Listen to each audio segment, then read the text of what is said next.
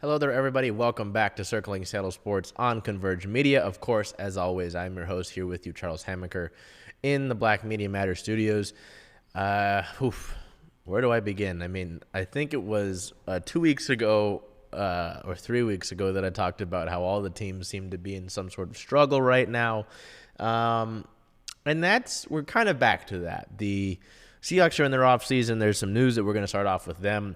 But in just looking at everything, the Mariners continue to struggle largely with their hitting right now. The Storm continue to be in their offseason, although we are quickly approaching their training camp and such like that. The Sounders this past week, I mean, it's not a loss, but a draw isn't a win either. The Kraken struggling to close out their season with some positivity as their year hasn't gone how the fans or the team themselves have wanted it to go. And at least, with how things have gone, the rain road trip but the three matches in a row that were on the road, it's just a tough stretch of three matches to have. So, especially this early in the season. So, we'll start off with our Seahawks here. Not a ton going on free agency-wise as the team largely is looking to bolster its interior offensive line. But before any of that, on the 8th, the team began voluntary offseason programs this past week. As a team with a new head coach, Seattle gets a head start on that offseason program, usually beginning in mid-April, but Seattle gets to do so in this early April. At least that were visible. There were some key players for the Seahawks that were taking part in these. Note, it's voluntary. It's not something that they're necessarily required to be at, but it's important to see some of your leaders take part in something like this. So, linebacker Uchenna Nwosu, who is per him is ready to go, should be ready to go by training camp, was visible. Quarterback Geno Smith, wide receiver DK Metcalf, and defensive lineman Leonard Williams were amongst those shown in pictures posted by the team. So, again, important to see some of your leaders there maybe setting the tone or just being around the building so that others can follow suit and, as you try to get back to the playoffs and hopefully make a deep playoff run when the 2024 season eventually begins.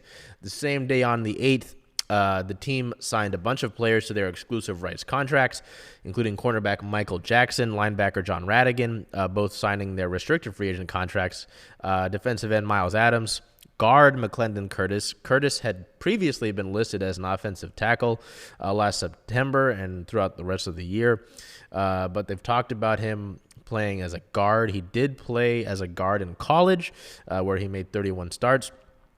But with all of the sort of, as Seattle has looked to to bolster up that interior offensive line, we're seeing that continue here with an in-house addition. Tackle Raekwon O'Neal, so offensive tackle Raekwon O'Neal, linebacker Joshua Onajogu, and tight end Brady Russell all signed their exclusive rights contracts on the 8th. Additionally to that, defensive end Latrell Bumpus was released. On the 9th, the team signed offensive tackle Max Percher. Percher has not played yet in a regular season game. He spent last year on Detroit's practice squad. He is a 24-year-old, so Seattle potentially feeling like they see something with that offensive lineman there. Maybe, just hasn't gotten the opportunity as of yet, largely kicking the tires as well. On the same day, running back Bryant Kobach was placed on the reserve/retired list. The same day on the 9th, the Seahawks announced that a bunch of new players largely, all of these new players, had gotten their numbers for this year.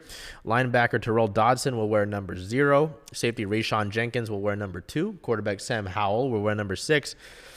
Linebacker Jerome Baker will wear number 17. Safety Kevon Wallace will wear number 24. Also, a bunch of offensive linemen right here. Nick Harris will wear number 56. Offensive lineman Max Percher will wear number 69. Tremaine Ankrum Jr. will wear number 73. 30 would not work for him. And then George Fant gets his old number back in number 74. Wide receiver Laviska Shenault Jr. wears number 81. Tight end Pharaoh Brown will wear number 86. And defensive tackle Jonathan Hankins will wear number 97. Continuing on here, on the 10th, the team brought in former Utah State quarterback Chucky Keaton. He's listed on the team's website as an offensive assistant. Now, we'll look at Keaton here in case you need his full name. His full name is Charles Adam Keaton IV.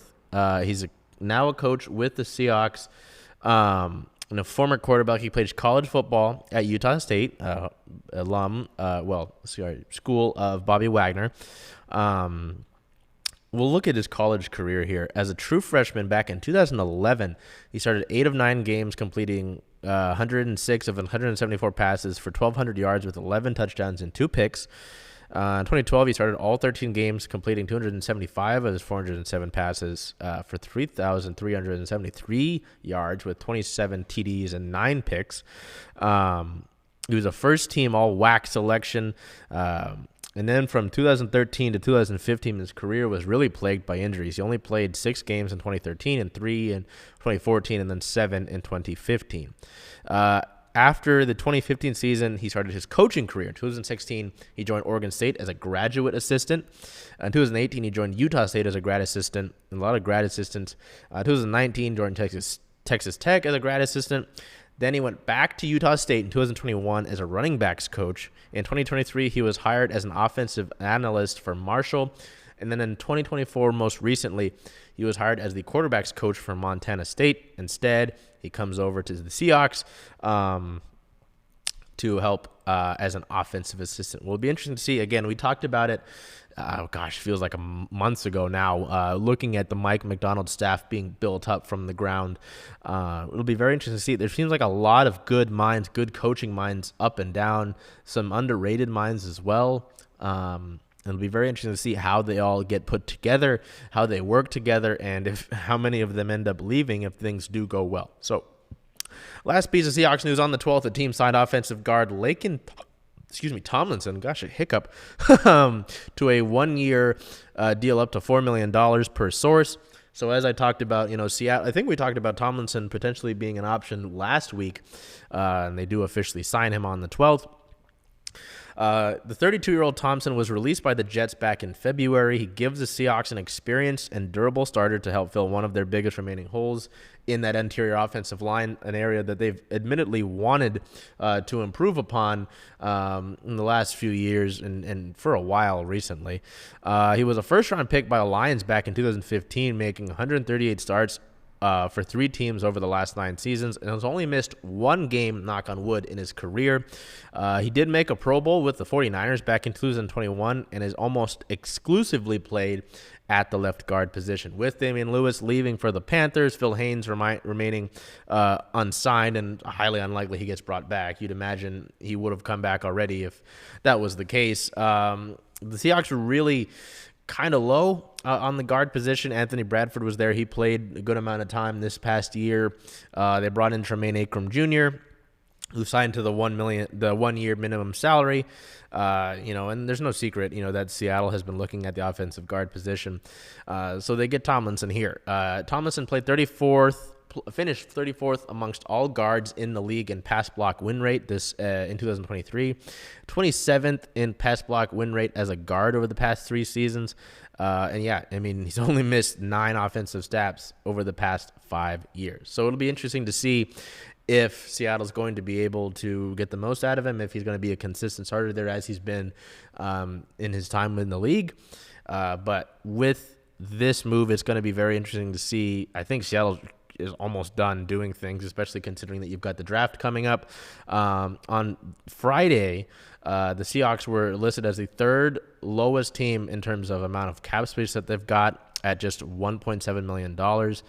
It's not clear whether they'll have to free up more of that money to fit that contract, but they're going to have to do so for sure in terms of freeing up cap space when they get those draft picks when the NFL draft comes up. So with that, we move over to the Mariners segment of things. Heading into our Mariners segment of the show, as I talked about when we got things started, just really tough for the ball club. We'll talk about it. I don't want to start piling things on, so we'll get into the games first. So the Mariners completed the last 3 games of a 6-game road trip, their first road trip of the season, playing a 3-game set against the Toronto Blue Jays, including Toronto's home opener here on April 8th.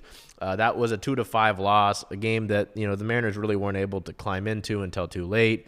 Toronto, they get the home opener, and they make their fans happy. Our player of the game, first baseman Ty France. It's his first game back from the paternity list, as we talked about that last week.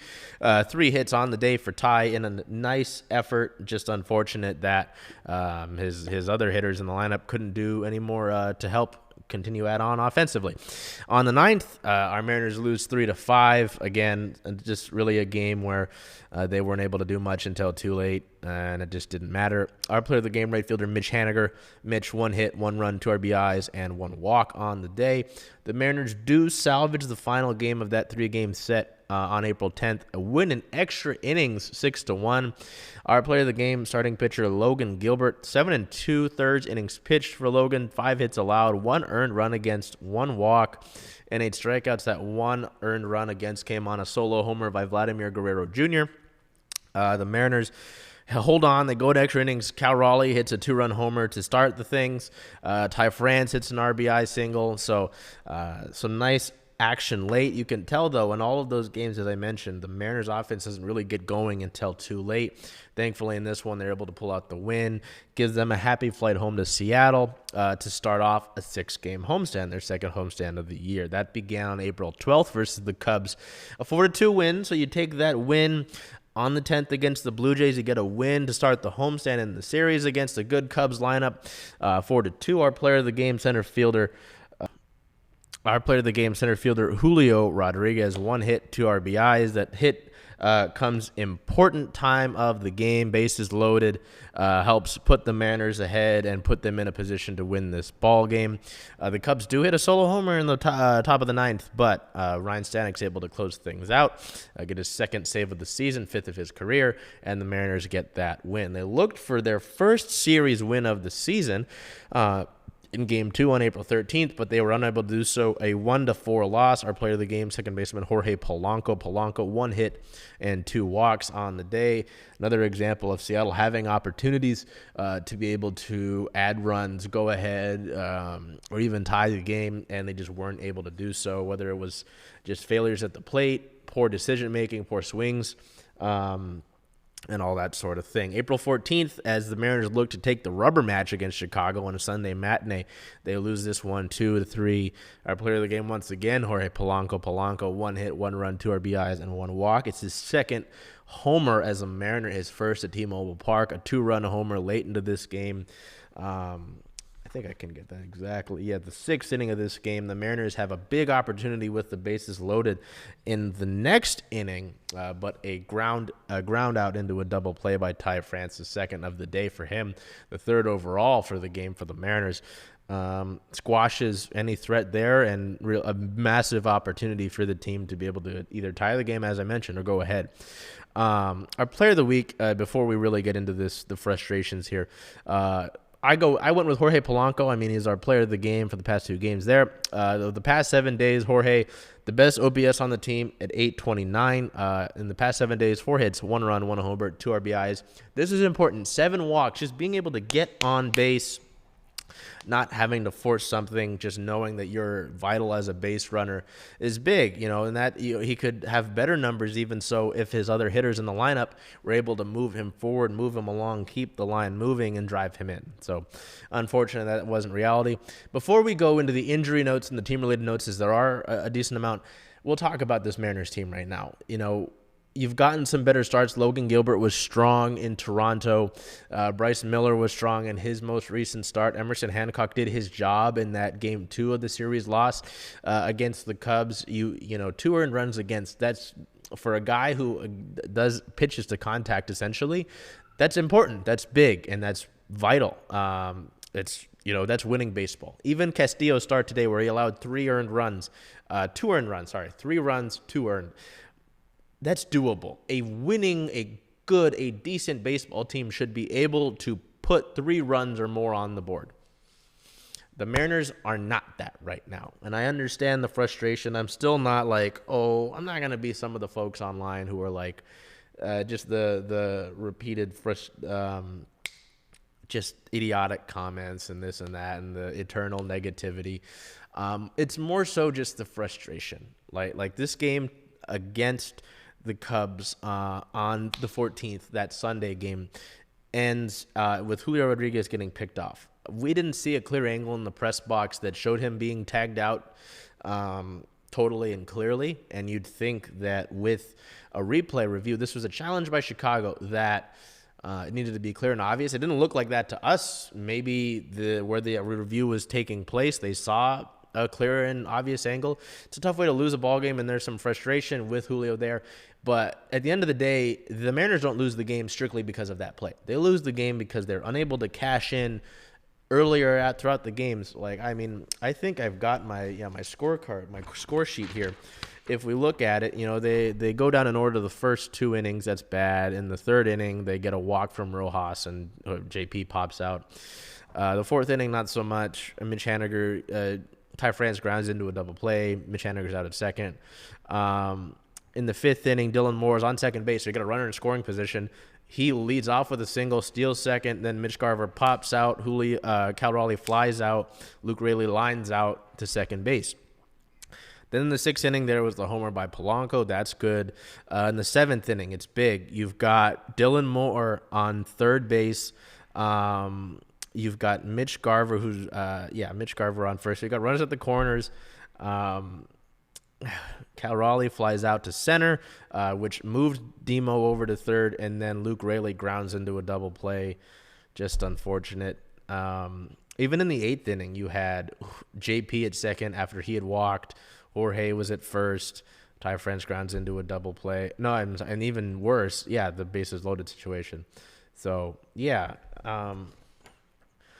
there's a lot going on with this Mariners team. It's not as simple as just one primary issue. They've had situations, where they've had the runners in scoring position and they just failed to capitalize. There are also times where they have been spun to death and they can't handle off speed.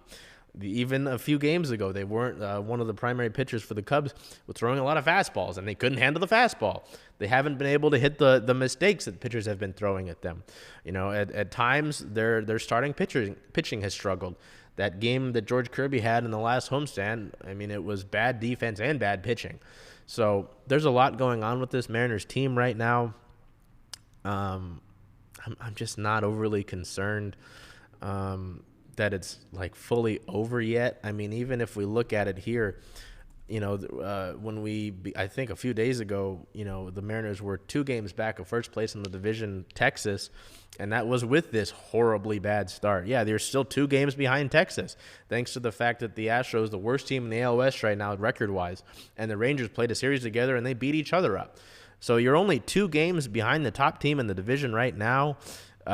Texas right now is completely average. They're 8-8 to begin the year. They've lost their last 2 games. The Angels and the Athletics, I'm sure, will even themselves out.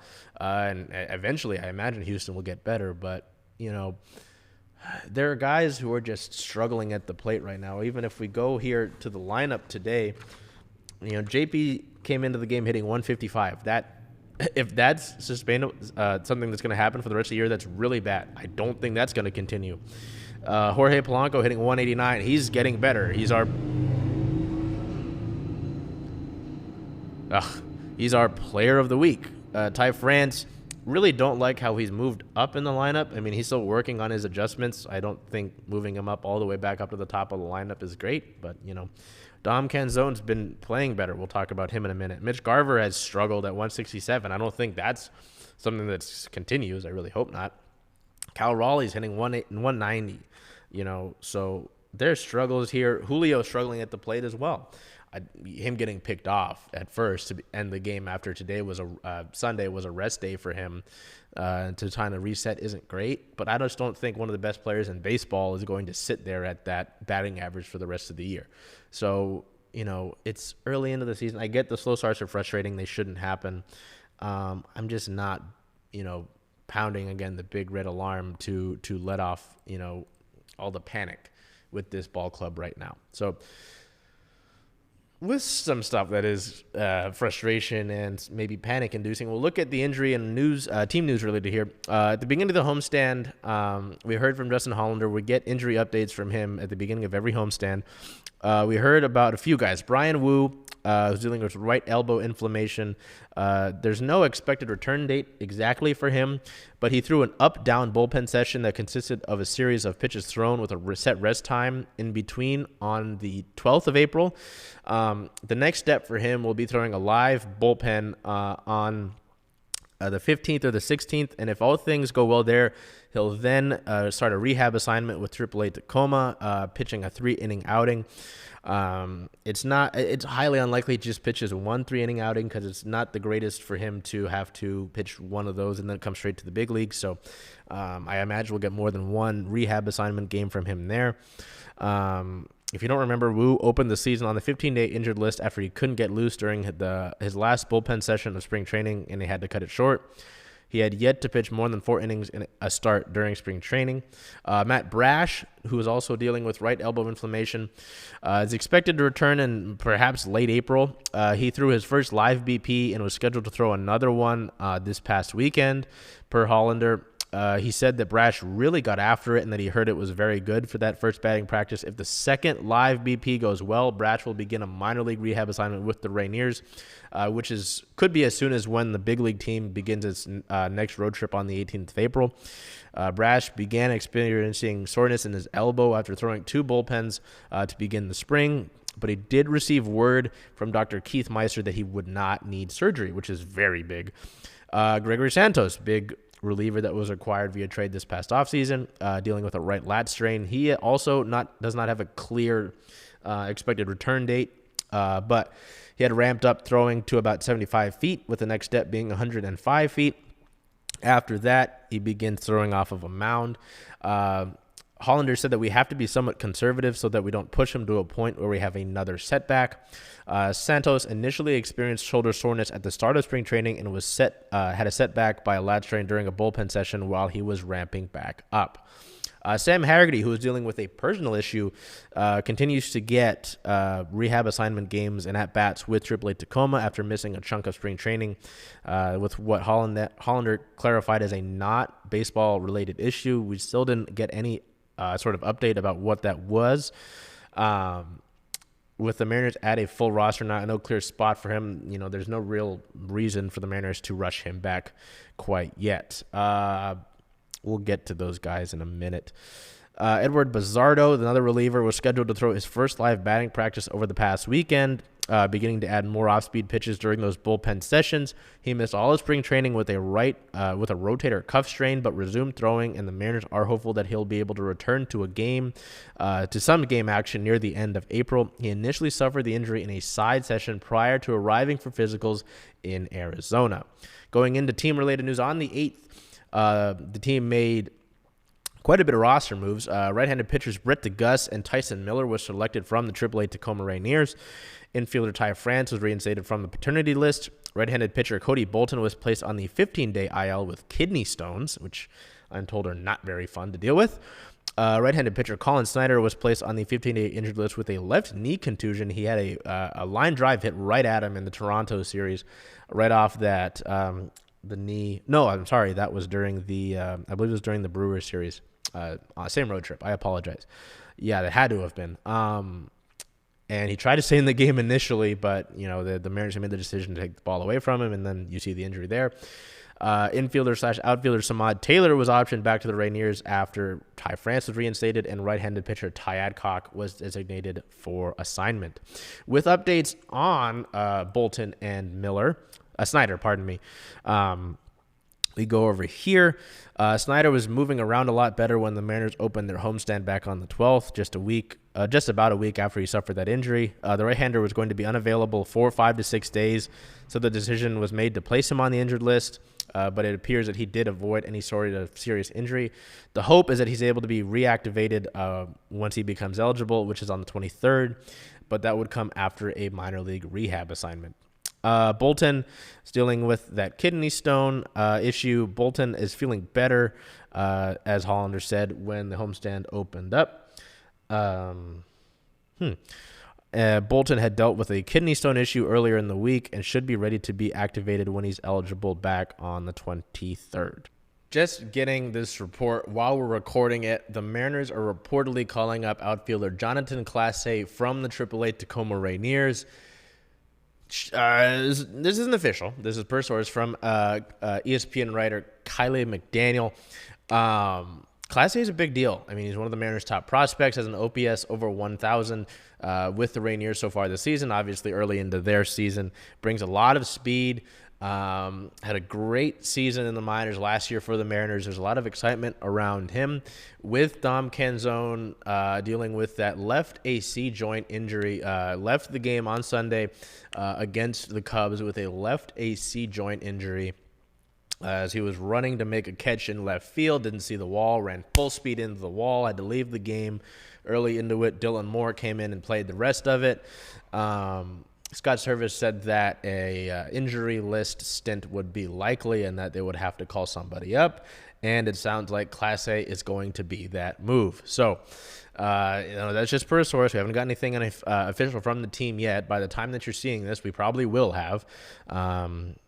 But that's a big deal. It's going to be really interesting to see when he debuts, what sort of impact he makes, how the team handles having him up at the big league level. He still had to make adjustments, at Tacoma with the Rainiers, but it's exciting, obviously, whenever you're able to have your top prospects make it to the big league level and contribute. So, whenever he makes its debut, it's going to be a big deal for Jonathan and for the organization as well. So that's it for the Mariners team-related notes and the injury-related notes. They continue the rest of this homestand and then get back on the road after that, sitting at a 6-10 record, good for 4th in the American League West. That upcoming series to finish out the homestand starts on April 15th versus the Cincinnati Reds. A 6:42 p.m. first pitch. It's Jackie Robinson Day, hence the 6:42 p.m. starting time, and all the players will be wearing the number 42. So if you're unfamiliar with any of the players, that's not helpful for you. All 3 games of the Red Series are Ken Griffey Jr. home run robbery bobblehead days. The first 10,000 fans into the ballpark, each 3 of those games will be taking home one of those baubles, either in the home white jersey or, if you're lucky, the Northwest green jersey.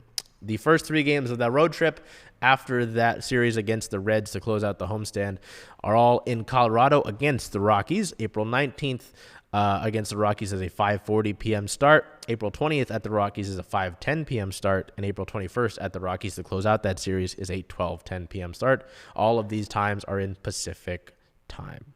From the Mariners. Yo. What's going on, members? Welcome back to another Seattle Local Hoop Talk segment, where we're here to talk about Washington hoops, college hoops, high school hoops, maybe even some grade school hoops if someone crosses our timeline. Come on. But we're here to talk about the Washington Stars, and today our focus is on the Stars that are in the NBA playoff picture. NBA playoffs kick off the end of April, and we're about to enter the play-in season. So we're here to focus on the guys from the 206 to 253 greater Washington area that are currently in the NBA playoff pictures. Let's go ahead and take a dive in. We have a matchup between the Chicago Bulls, and the Atlanta Hawks. Featuring DeJounte Murray from the Rainier Beach neighborhood on the Atlanta Hawks, and Zach LaVine from Bothell, who is hurt, but he is a member of the Chicago Bulls roster. So a in-state head-to-head playoff matchup. Roman, give me your first take reaction. Who do you have in this play-in matchup? Who do you think is moving on to the playoffs? Oh, it's hard because I think that DeJounte Murray has been playing really well as of late. Without the likes of Trae Young. Trae Young just came back recently. I think that they're on a roll right now. Chicago Bulls, they've been a playing team ever since the plan has existed at this point. It's quite sad considering the amount of known players that they have on their team. I think they have a great squad on paper, but for some reason they're not able to be good as a collective. Mm-hmm. I'm going to take the Atlanta Hawks just because they've been rolling as of late. DeJounte's probably playing his best basketball in his career. It's been swept under the rug just because they are a play-in team. Don't really talk about play-in teams unless you're the Lakers. So with that being said, yeah, I'm gonna go with the Atlanta Hawks. I'm going to wholeheartedly agree with you. I think the Atlanta Hawks deserve to move on. I think the playoffs will actually be better if the Hawks move on. Just because Trae Young, DeJounte Murray, that's going to be fun to see in playoff basketball. I'm not really sold on the Chicago Bulls roster. We've kind of seen them flutter, like you said, be a play-in team almost every year. We've had this core of Vucevic, DeRozan, Caruso, and then although Zach is hurt, he's a part of that core. So it's like the ceiling of this team has been reached, I feel like, and I feel like if they were to like get bounced out in this play-in round, then it'd be obvious that it's time to trade everybody. Even if they do win in this play-in, I feel like this is the last hurrah for the Chicago Bulls squad. All right, moving over to the Western Conference now. Another matchup between two Washington Titans in the basketball scene. On the Suns, we have Isaiah Thomas, and on the Timberwolves, we have Jaden McDaniels. And we got Seattle's son, Kevin Durant. I mean, we'll give him his credit. He spent his rookie season here, still showing love. KD. Come back, KD. But in that matchup between the Suns and the Timberwolves, who do you have? Who are you rolling with? I'm going to take the Timberwolves on this one. I think that the Suns have been playing – they've been playing solid as of late. We hear Bradley Beal after the game talking about, I'm ready to win a ring. I'm ready to win a ring right now. But, I mean, we've seen the inconsistencies that are on that team. Mm-hmm. And I think that we can look at a Minnesota Timberwolves team as I feel like we can just trust them more. They don't have D'Angelo Russell on their team anymore. They got a solid guy, Mike Conley, who I would say he's the Mr. Consistent when it comes to being a point guard, being able to score when he needs to, and also dish the rock. He knows his role. Obviously, you got Anthony Edwards, Karl Anthony Towns, the defensive anchor, and Rudy Gobert. I think them as a collective have been phenomenal all season. And with the inconsistencies in Phoenix, whether that's coaching, whether that's just the players being in and out the lineup, whether it's just leadership, all of those things, you got to take all of those things into account. And I think that it's going to really bite them when it gets into the playoffs. And sadly, we got the hometown guy, Isaiah Thomas. We got Seattle's son and Kevin Durant. We root for those guys, but I think that the Timberwolves are just a better team right now. For sure. I'm going to agree with you. I also think the Timberwolves are the better squad right now, and I think that's because of Anthony Edwards. And I think Anthony Edwards said it best. You may have Kevin Durant. We got Jaden McDaniels, though. So I think Jaden McDaniels is going to be the X factor in the series. They obviously didn't have him in the playoffs last year, and so he's going to be a pivotal piece in their playoff run. And I have a good feeling for the Timberwolves. I feel like they're going to make a Western Conference Finals appearance this year. So let's go, Jaden. Let's go, Timberwolves. Yeah, they definitely have a great chance. Obviously, last year in the playoffs, we saw that the Wolves, they didn't have Jaden due to unfortunate circumstances, but I think now he's in there locked in, and I think they're healthy now. They just got Cat back, so I think it's going to be a good series, though. I don't think it's not going to be easy for the Wolves just because there's so much talent on the Phoenix Suns. That alone is going to make it a good series. Mm-hmm. I'm going to say Minnesota in 6. I got Minnesota in 6, too. We have the Orlando Magic versus the Cleveland Cavaliers. Obviously, the Orlando Magic has O'Day's own Paulo Banchero. Orlando Magic. Yeah, nobody on the Cleveland side, I don't believe. So, yeah, this is the first time Orlando's been in this high seed in a very long time. It's probably their best team since Dwight Howard days. Like, this is we see them playing great basketball as of late. We saw them celebrating after they secured their playoff spot. No need for the play-in for this team. So, Wayne, how do you think that this series is going to shake out? And yeah, just talk about it real quick. Give me the Magic in 7, man. I'm rolling with the Orlando Magic, man. Shout out to P5, really holding it down for the state, really holding it down for Seattle. But I'm really proud of what the Magic have been able to do this year. I mean, when Paulo got his Rookie of the Year trophy last year, he was like on the phone with it. He was like, what are we saying? He was like, the Magic are going to make the playoffs next year. We're going to make the playoffs. So, I mean, he spoke it into existence. Now they're sitting at like the 5 seed? Yeah. They're playing the Cavaliers. They have a very good shot to actually win the series. I mean, you could go either way, 50-50. So I feel like, and they have a favorable matchup against the Cavs too. They're not playing one of the Titan teams out in the East, I feel like. So I feel like this series could go either way. I feel like it is their first major playoff experience. Like, this is their first time as like a group really diving into the playoffs. I don't even know collectively how much playoff experience the roster has. Probably just Joe Ingles? Yeah, he's probably their longest vet. tenured vet. Yeah. So I mean, outside of him, no playoff experience. So I feel like It'll be a great series, but I got the Magic in 7. Let's go Orlando. I'm actually gonna take the Magic in 6. I think one, due to the inconsistencies down in Cleveland, we've seen them blow a lot of games. They'll be up by 20, end up losing games. I mean, they still be down, but they'll be down by 20 and come back. So they're very inconsistent. Jared Allen said it last year. The lights are too bright for him. I'm thinking that it's going to look similar. Donovan Mitchell doesn't want to be in Cleveland. We don't know what Darius Garland's really made of. And then on the Orlando side, for one, I'm very proud of them just because they didn't make a bunch of moves. They didn't do a bunch of trades in order to have this type of team. You know, I feel like they grew off their draft picks. They grew in the draft, homegrown development. You know what I'm saying? So that's the number one thing I can respect. And that's why we talk about that with OKC and stuff, because that's where it's also similar in that situation. Yep. Paulo's an all-NBA player. Franz is no slouch as well. He's another 20, 22 point per game scorer. And I just think that the city's going to be turned up. And I think they get him in 6, and it's going to be wonderful for the city. Next thing we got to talk about, we got Pacers and Bucks. Marjon Beauchamp being on the Bucks. My guy Damian Lillard also on the Bucks. Yeah. Pacers, they don't got anybody from Washington. But how do you feel about this series? Because Giannis is out. He might be out. At the very least, he's out for the first game. Maybe out for longer than that. Pacers have been looking solid. How do you feel about this series? I feel like we're gonna low key see a repeat of last year for the Bucks. I feel like this first series is gonna go 6 or 7, and I feel like they could lose. I feel like honestly, this Pacer team, if anyone is gonna upset one of the top end teams, it's gonna be the Indiana Pacers, just because they have an all-star, they have a former champion in Pascal Siakam who's part of that 1-2 punch, and they have good role dudes around them. Miles Turner, different dudes like that. Naismith, who's proved to be a baller.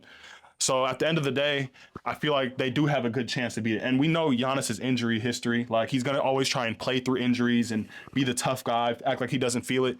So if Giannis is going to miss game 1, we know he's legit hurt. So anytime he comes back, he's going to be in a decoy role, almost like he was in last year's playoffs, where it's like, we know Giannis is at like 80%. He's at 75%. He's not truly Giannis. So it's going to put a lot of pressure on Dame.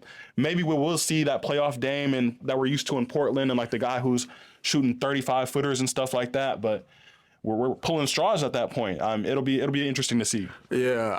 In the beginning of the season, I said the Milwaukee Bucks were going to win the championship.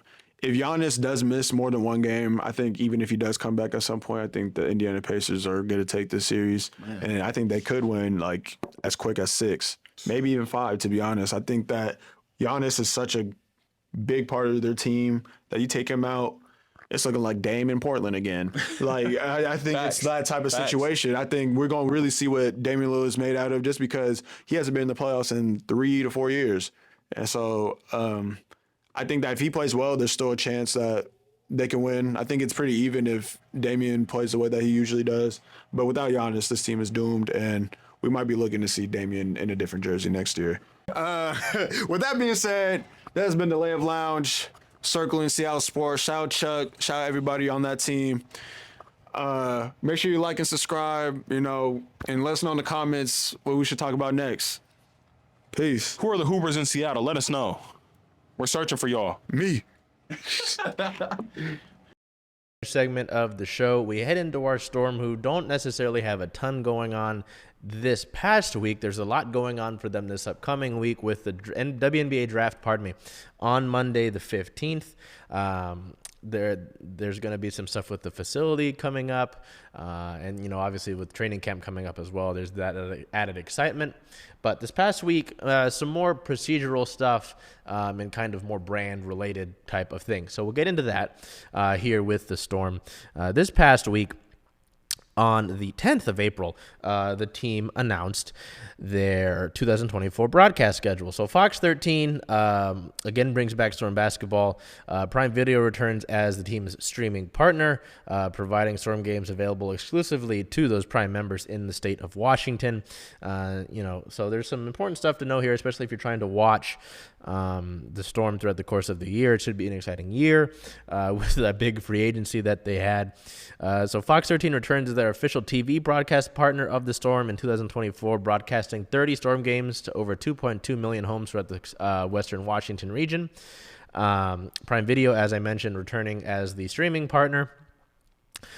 Dick Fain and Elise Woodward, the longtime broadcast duo, are set to call the action on Fox 13.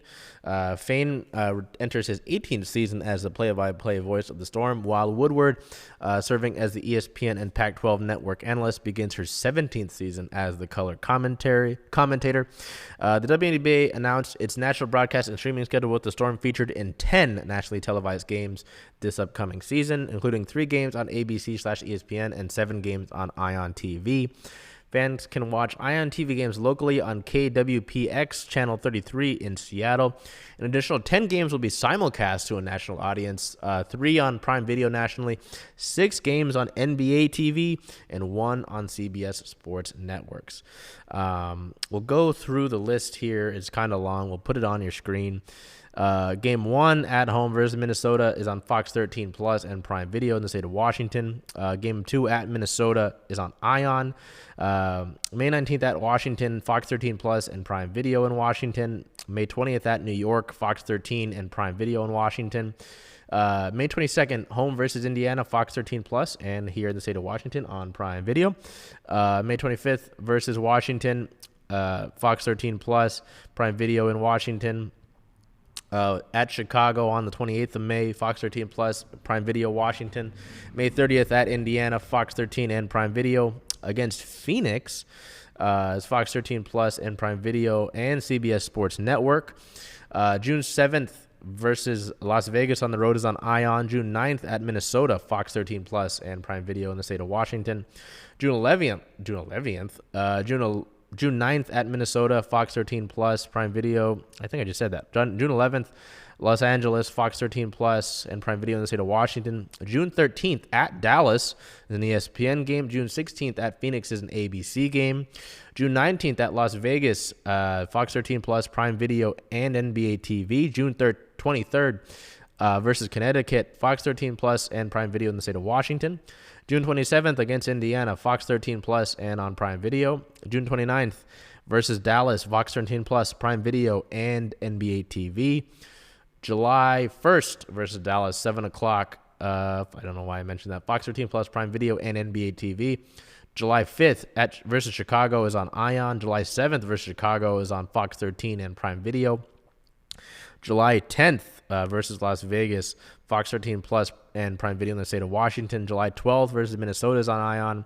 July 14th against Atlanta is on Fox 13 Plus and Prime Video in the state of Washington. Tuesday, July 16th against Los Angeles is the final game of the season before the Olympic break.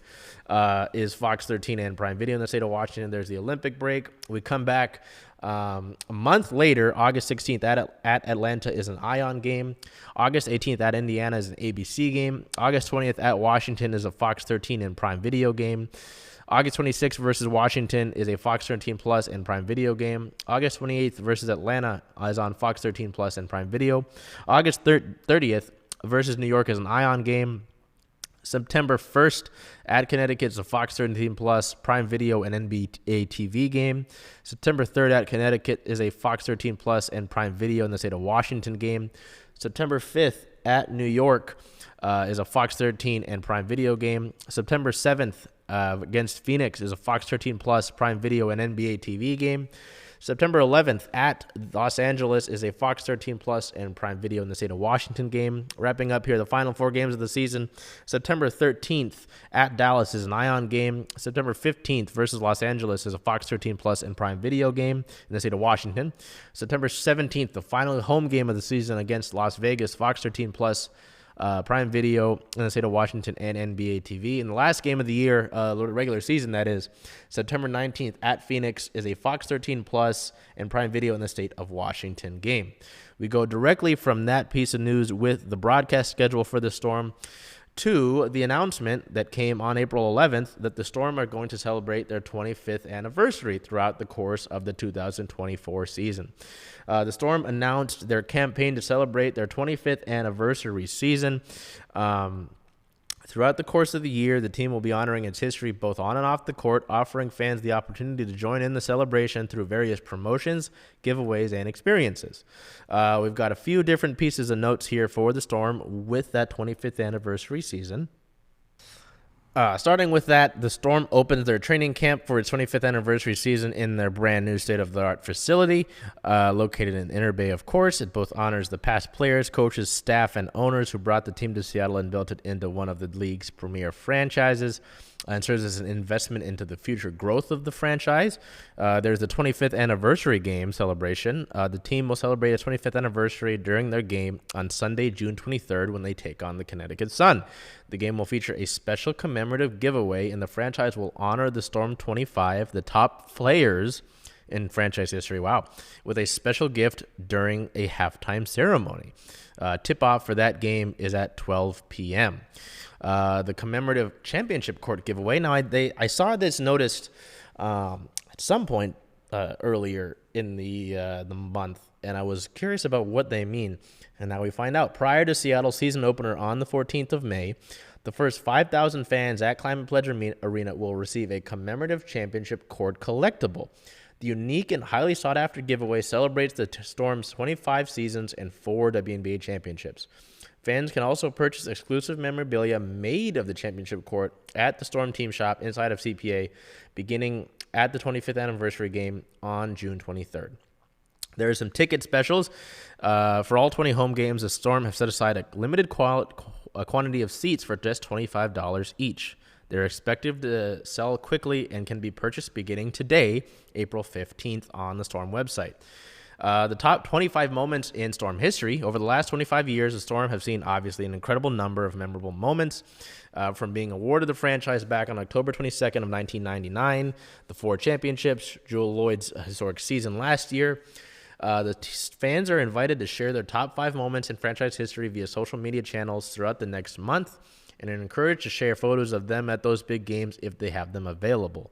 The franchise will roll out its list of top 25 moments in franchise history during the season on its social media channels. Storm 25, entering the 2024 season, 133 players have played at least one regular season game in a Storm uniform. To honor this 25th anniversary, the Storm is asking fans to help select the top 25 players in franchise history by voting on the Storm mobile app in late April. The top 25 players, dubbed Storm 25, there you go, will be recognized at halftime of that 25th anniversary game on June 23rd. There's youth basketball. The Storm is introducing a new youth basketball program, which is set to begin during the 25th anniversary season. The new program is aimed at providing basketball skill developmental opportunities for kids through free and paid camps and clinics at the Storm Center for Basketball Performance and throughout the greater Seattle area. There should be more information on the program and opportunities to sign up for it available early into the season. Force for Change and Community Initiatives. Force for Change, the Storm's comprehensive social justice platform, enters its 5th season, looking to continue its growth and impact throughout the course of the region. This initiative has raised nearly $1.5 million since its inception, supporting 4 areas: voting, education, and legislation. 4 areas, more than 4.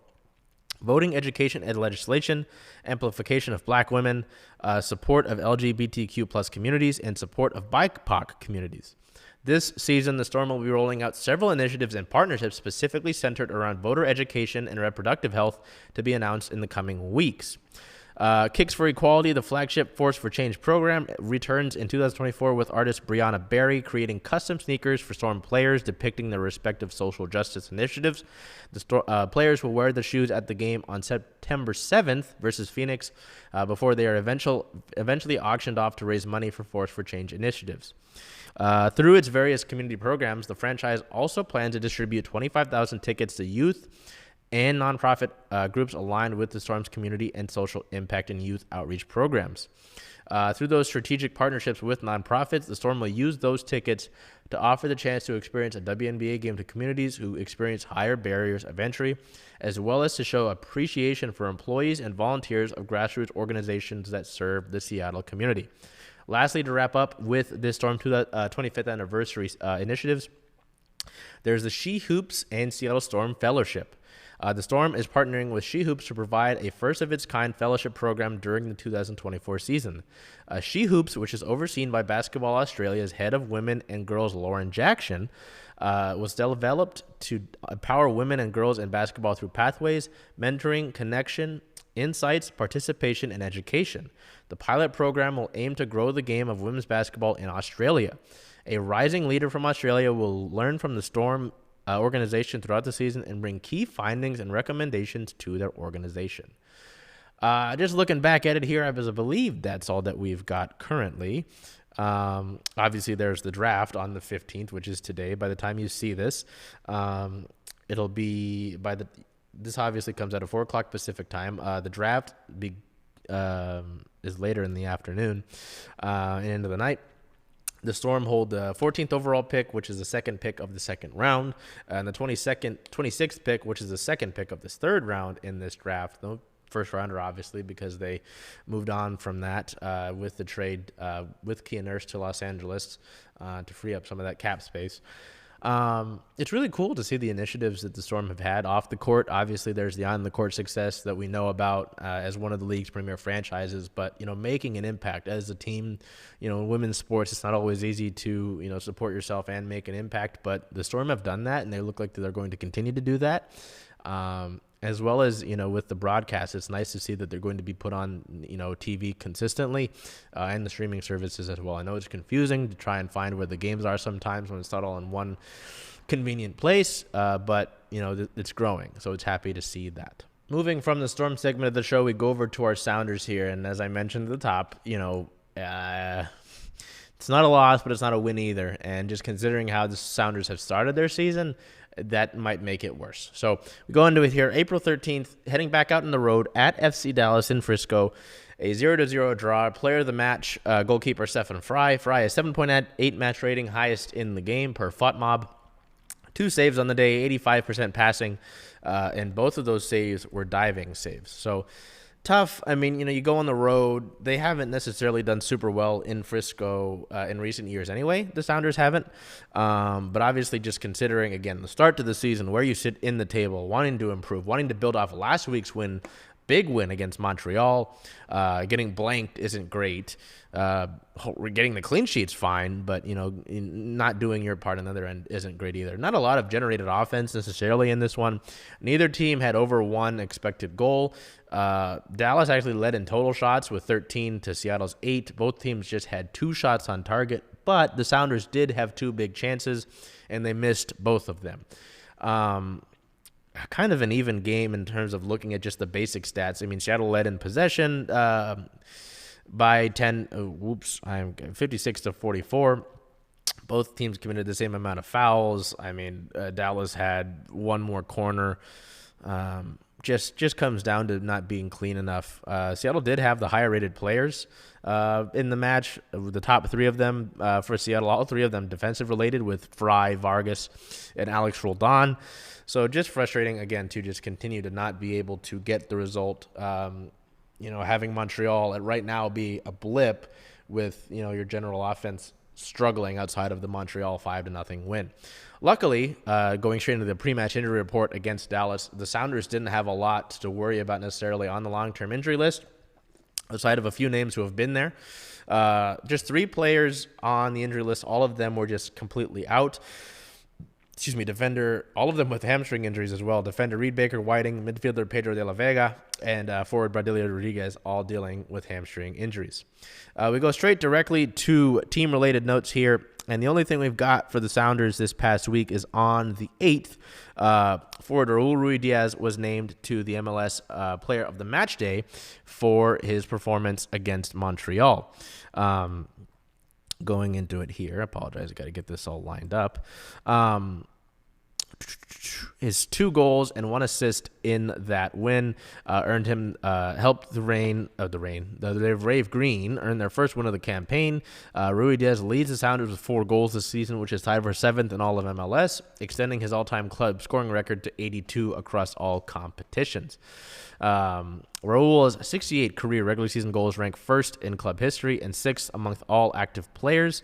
Of all players that have scored 50 career regular season goals in MLS, Ruidiaz ranks sixth in goals per game at .56, behind only Robbie Keane, David Villa, Josef Martinez, Sebastian Giovinco, and Taylor Twellman.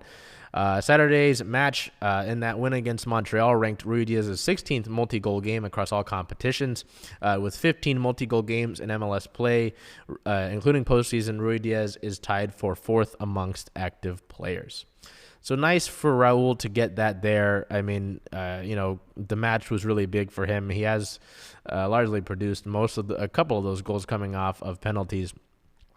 So some people might scoff at that, but nice for him. I mean, just considering the talk in the offseason about him wanting to improve, the club wanting him to improve, that mutual understanding.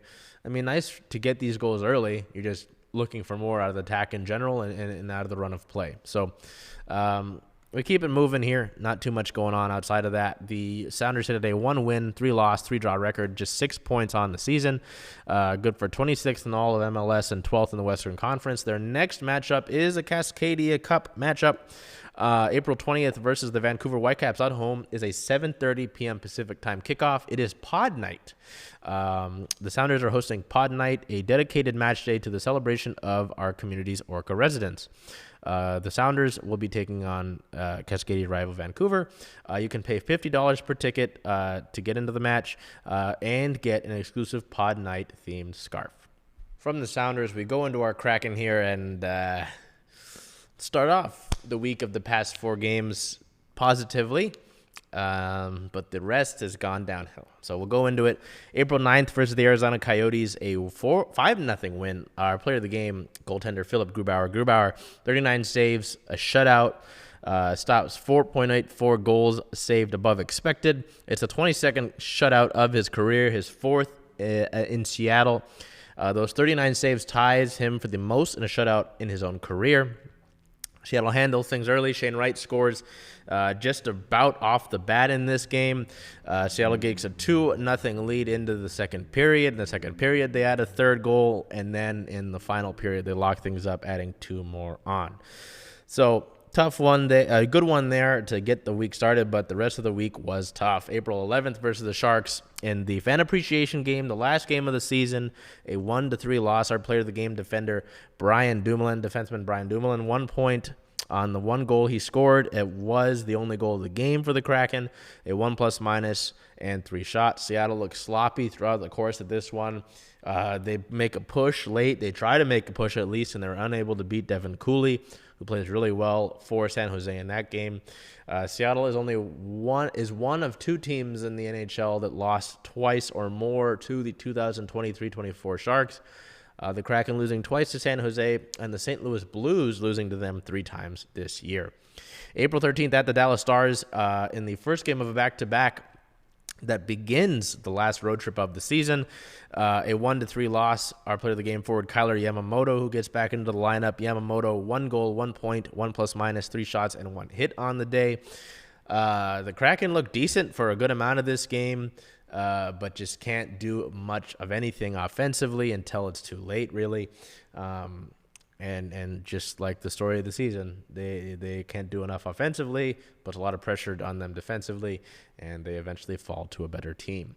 April 14th, in the second game of that back-to-back, the Kraken lose to the Blues by a score of 1-4. Player of the game for Jared McCann, 1 goal, 1 point, and 2 shots. Seattle doesn't play bad, honestly, throughout the course of this one. But again, just the mistakes, the lack of finishing, the lack of quality offensively ends up hurting Seattle. They've lost their last 3, and they just really don't look too good. And it's obvious that some change will be needed to be made this offseason. I mean, just looking at it, there's not a lot you can say that's different. With this Kraken team. I mean, it's just offensive struggles, lapses defensively here and there. There were a few goals in the last few games that were kind of soft against the Kraken, but I mean, at this point, it doesn't really. The goalies have played well throughout the course of the year. They're not the problem, and they shouldn't be viewed as that. It's just you're gonna need to add this offseason if you want to be competitive, right? I think that, with some of the bad luck that they've had in the injuries, they should, get some positive bounce back from some players this upcoming year. But, having just Shane Wright come up isn't going to be enough. You're going to need to add via trade. I don't think Jake Gensel or Sam Reinhart are going to go to free agency. I think both of the teams that they're currently on will re-sign them. And there have been some folks, there aren't any guys up for trade. How do you know that? Are you an NHL GM? I don't think I trust, AI guy number 44 on Twitter to tell me if guys are going to be available via trade. It happens every offseason. Someone gets pried away or someone's on the market. And the Kraken are going to need to be able to add with that. They've got the draft picks. They said at the deadline, General Manager Ron Francis said at the deadline that, they don't want to hang on to all of their draft picks that they have.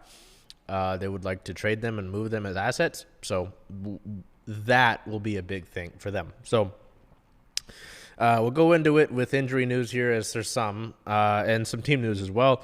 April 9th for Jared McCann and defenseman Vince Dunn were considered day-to-day at the team's practice that day, with McCann having a lower body injury. Vince Dunn had a upper body injury. April 10th, the next day, head coach Dave Haxtell said that the team had been relying on goaltender Philip Grubauer in recent games to get starts often due to Joey Daccord dealing with a minor nagging injury. Daccord has since played in 2 games following that, so he should be good to go now. And then April 13th, defenseman Vince Dunn was not with the team as they begin their road trip in Dallas and won't join them, which effectively shuts down his season, per Jeff Baker of the Seattle Times.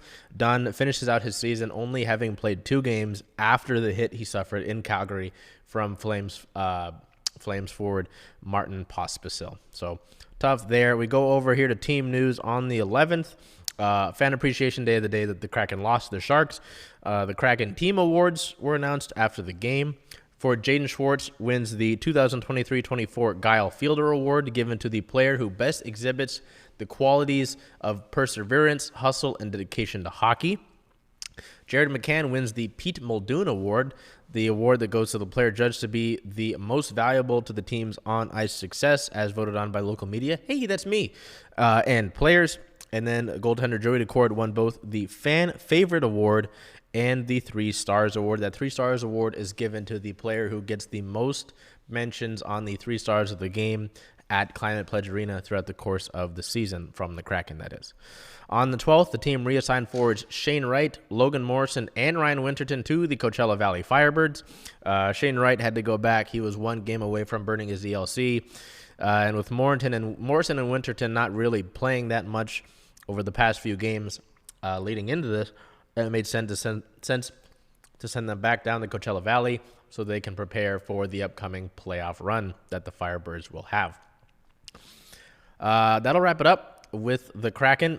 They sit at a 33-win, 34-loss, 13 overtime loss record. They are at 5th in the Pacific Division with 77 points. Their final 2 games of the season coming up on the road. April 16th at the Winnipeg Jets is a 5 o'clock start. That's 5 o'clock Pacific time. That is on Root Sports. That's unfortunately the final game that will be on Root Sports for the year, because April 18th at the Minnesota Wild is a 4 o'clock start. That's the final game of the season for the Kraken, and it's on ESPN. So you won't be able to hear out the Roots folks to close out that game. That game will be on ESPN. I'm sure the ESPN folks thought this was going to be a better game when they scheduled it, but not so much. With that Kraken segment wrapped up, we head over to our Seattle Reign FC, who got back into action after the international window that we talked about last week, to close out the final of 3 consecutive games on the road. Tough stretch to begin the year for the Reign. They start the season at home. Nice win against Washington. Tough, competitive team. Then you play 3 matches on the road. You throw the international break in there. Not much time to train as a group. You're dealing with some injuries here and there, and you're still trying to get everything put together. Have a cohesive group, and you really haven't been able to do that quite yet. On Sunday, the 14th, our Reign fall to Bay FC on the road. It's Bay FC's first home win in their history. It's a 3-2 result. The Reign actually got the scoring started in the 27th minute. Reign defender Lily Woodham sent in a cross from the left side of the pitch. at least if you're, the Reign and you're going up the field, it's the left side. Kayla Sharples is credited with an own goal against, just some unfortunate bounces against base. Yeah. G leading on to Woodham. Sends early to the backside, deflects in off Sharples, an own goal, and Seattle leads in the Bay Area. Into these danger areas, like Lily Woodham does, it's difficult, because once you get the centre-backs and the defenders facing their own goal, it's always going to be difficult, because it's such a good ball in from Lily Woodham. The Seattle is able to take advantage of that. They go into the half leading by a goal. You think, okay, this is solid. You didn't play your best half. Truthfully, the Reign didn't look super great in that first half, but you have to be happy with the leading result. You go into half. 3 minutes into the second half, Bay FC scores. Kayla Sharples, who is credited with the own goal against, is able to put a header home, a pass Claudia Dickey. Nice by Bay. They had a corner kick. They were able to keep the ball alive. A nice little flick into the box. Sharples has it home. After this goal against, Reign goalkeeper Claudia Dickey needed to be looked at by the medical staff. Twisted awkwardly trying to stop that ball. She had to make a quick turn, but was able to stay in the match, or just did stay in the match, unable, because in the 58th minute, 10 minutes after that, Alexis Loera had an absolute strike from outside of the Reign box. Just a really good shot through some traffic, but not too much. A lot of standing around. Dickey unable to make the save, and immediately after that, she had to come out. Didn't necessarily dive as far as maybe she could have. And you could see on the broadcast she was saying to the medical staff, "I can't move," which isn't great. So she had to come off 2 minutes later. Laurel Ivory comes into the game. The Reign make a strong push. They are able to score in the 83rd minute to tie it up. Bethany Balser puts home a goal. Some nice build-up. Lou Barnes gets the ball up. Emery Adamas puts the ball. No, not Emery Adamas. The Reign get the ball into the box. Ji So-yeon is able to control it into the box, bring it down after, there was a contested header, and Bethany Balser puts it home in the 83rd minute. Playing, but still, they're not scoring goals from those areas.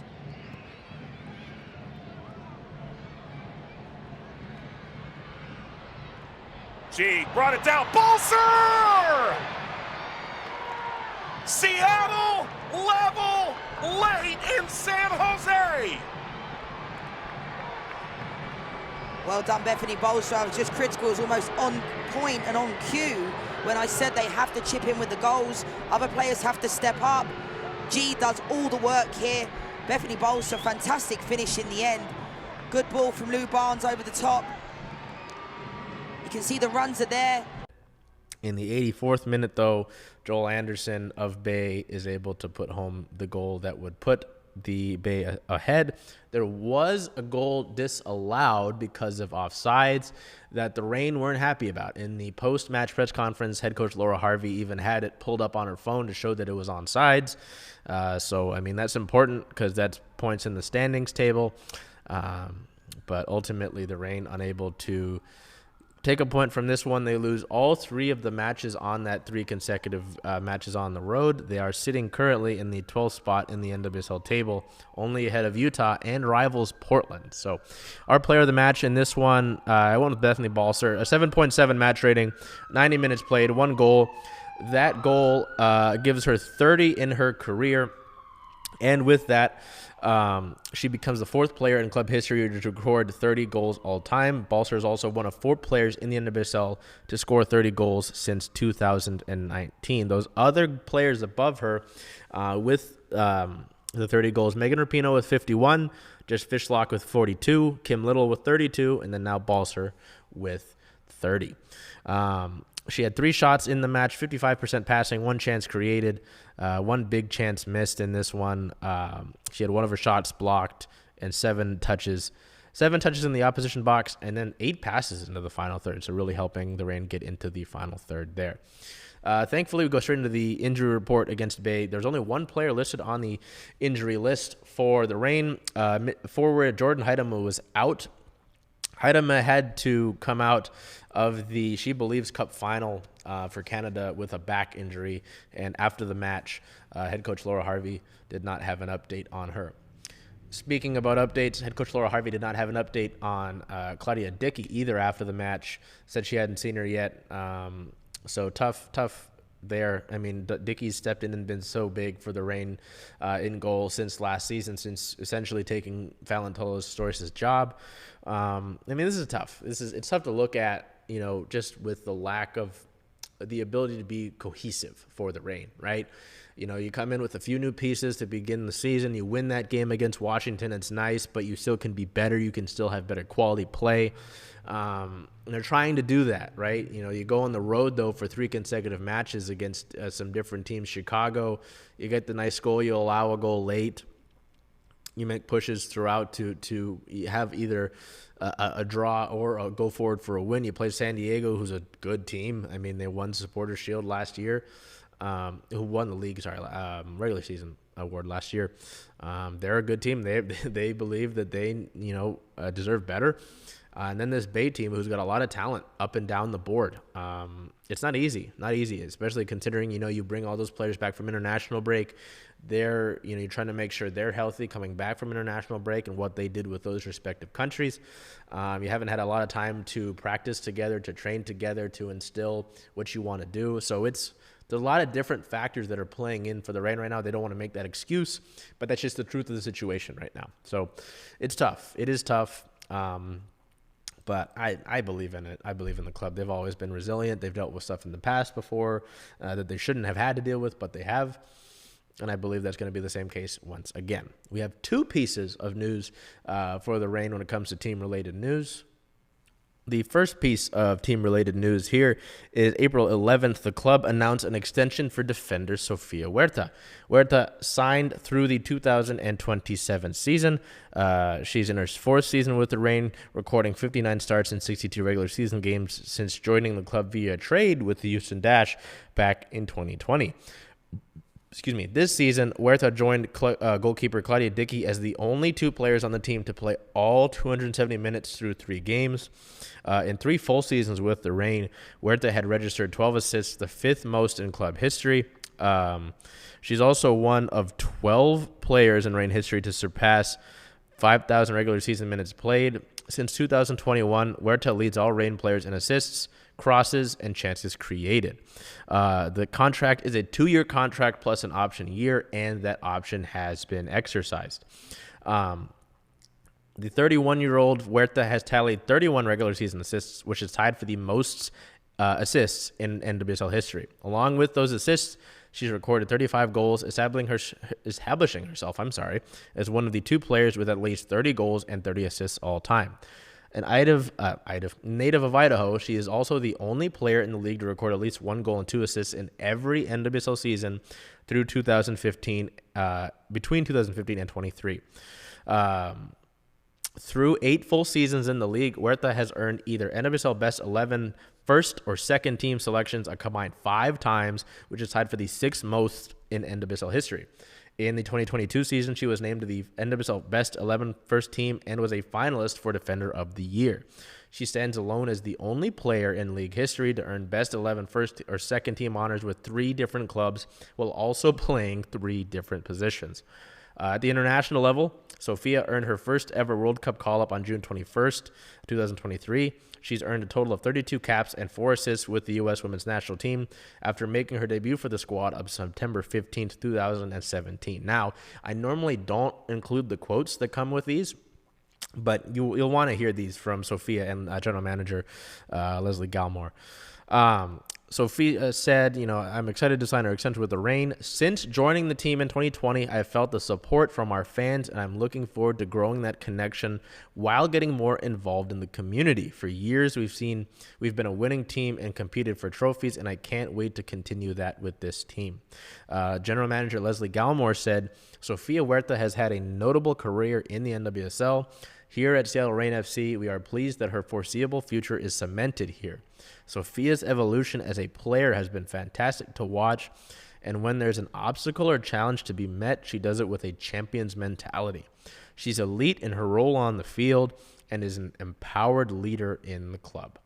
I mean, it's pretty good praise there from your general manager, and it's absolutely right. Sophia has just been a massive part of this club since being acquired. I remember one of my first interviews ever was with Sophia, and I had asked her about playing as an outside back. This was before the Reign really moved her there full time, and since then she's just done really well with the club. So it's been really fun to see her grow into that role and be such a big part of this club. On Friday, the 12th, keeping up with the news here, the Reign and King 5 Media Group announced the broadcast partnership for the 2024 season. The Reign will have 11 regular season games air on Kong TV and stream for free on the King 5 Plus app throughout the course of the 24 season. Kicking off this week with the match against Bay FC, fans can tune into Kong TV to watch Reign FC take on expansion side Bay FC. Yep, there's that mentioned. Just because it's funny because, at Circling Seattle Sports, we pride ourselves in our coverage of the club. So, there's quotes in here about coverage from other folks about the team. And I don't know how I feel about that. Well, we'll go with this. Seattle Reign FC CEO Vincent Berthelot, we're thrilled to establish a partnership with King 5 this season and provide our fans with exclusive Reign FC content. We look forward to team... Nope, not reading that part. Among the 11 regular season matches this season, King 5 Media Group will have local broadcast rights to 6 home and 5 away games, including the Reign's next 3 games. As the official local broadcast partner of the club, King 5 will also provide fans with special access to post-game coverage, exclusive interviews with Reign FC coaches and players, and to deliver unique web and social media content. Yeah, I hope so. So here's the official list of that. The Seattle Reign games available on Kong TV and King 5 Plus app in 2024. There's that Bay FC match that started. The next home match, Seattle Reign FC versus Chicago, Sunday, April 21st, at North Carolina. In the Courage on April 27th versus Kansas City and the Current on May 8th. May 19th versus the Orlando Pride. May 24th at the Washington Spirit. June 9th at the Kansas City Current. June 23rd versus Racing Louisville. July 7th versus the Utah Royals. September 21st at the Houston Dash. And then September 29th versus Bay FC. That'll wrap things up for our Reign segment of the show. The Reign sit today. Oh, goodness. It's tough. Just seeing the club right now, they've as I mentioned, it's been tough for them, but I feel confident in their ability to be able to bounce back. So the Reign sit at a 1 win, 0 draw, 3 loss record. They're at 12th in the NWSL table right now with just 3 points on the season. Looking ahead, their next match, as I mentioned, April 21st, that's Sunday, versus the Chicago Red Stars at 3 o'clock Pacific time at Lumen Field. Of course, as always, if you can make it, I encourage you to go in person, support the crowd, support the match in person. But of course, if you're not able to and you have to watch it from home, you've got those broadcast streaming options. So that will close things out with our, April 15th episode of Circling Seattle Sports on Converge Media. We continue to roll things along. Hopefully by the time that we see you next week, we've got a win to talk about. Obviously, it's tough when we have to talk about losses, but either way, we'll be doing our job. So till we see you next week, take care of yourselves, be well, and do whatever you can to make today a great day. Love you, and I'll see you soon, I hope.